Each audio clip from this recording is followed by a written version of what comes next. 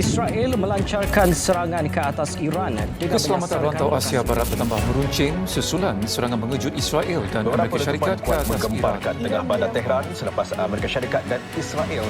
Sementara itu, Perdana Menteri Datuk Seri Anwar Ibrahim Malaysia menggesa gesa gencatan senjata tanpa syarat segera dilaksana susulan serangan Israel dan Amerika Syarikat ke atas Iran. Akibat dari serangan ganas Zionis Israel.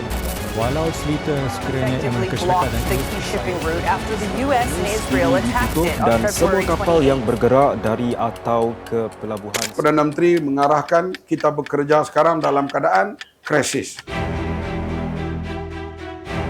Kegusaran rakyat kita tak dapat elakkan. Terutama sekali bila berlaku saja peperangan, tajuk utama yang akan dibincangkan soal makanan. Di sinilah perlu ada semangat untuk mencukupkan keluaran makanan tempatan. Kita guna benih pau 1 dan pau 2. Ni boleh dikerin elok elok. Very good quality. Memang sesuai ditanam.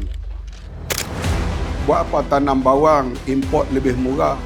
Itu kalau boleh import, kalau tak boleh import.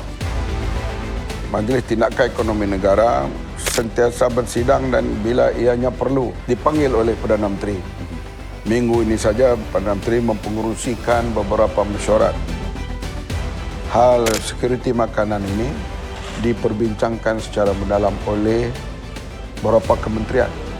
Pemain industri ini memainkan peranan yang penting. Mereka kalau kita berbincang dengan mereka dan kita minta mereka juga bersemangat patriotik, membantu negara, membantu rakyat, mereka boleh bekerjasama.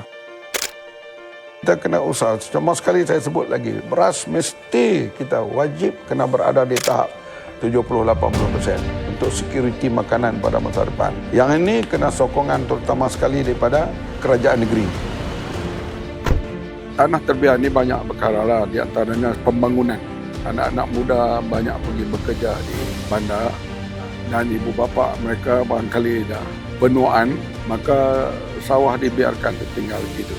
Biarlah ada syarikat yang sanggup buat, maka mereka hendaklah membenarkan dengan sedikit penyewaan dengan bantuan daripada Aida Pekan. Di Batang Nopar ini, tumpuan utama kepada padi. Air banyak sikit ni.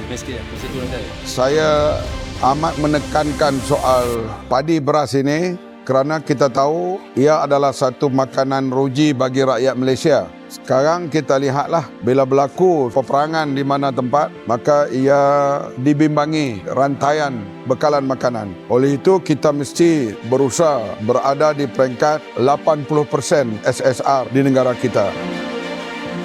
Dan sekarang tiap-tiap pukul 4 petang akan ada penerangan daripada kerajaan. Telah memutuskan pengaktifan Malaysia masih perlu mengimport minyak. Harap rakyat tidak terburu-buru dan panik kerana bekalan makanan di negara kita buat masa ini masih mencukupi.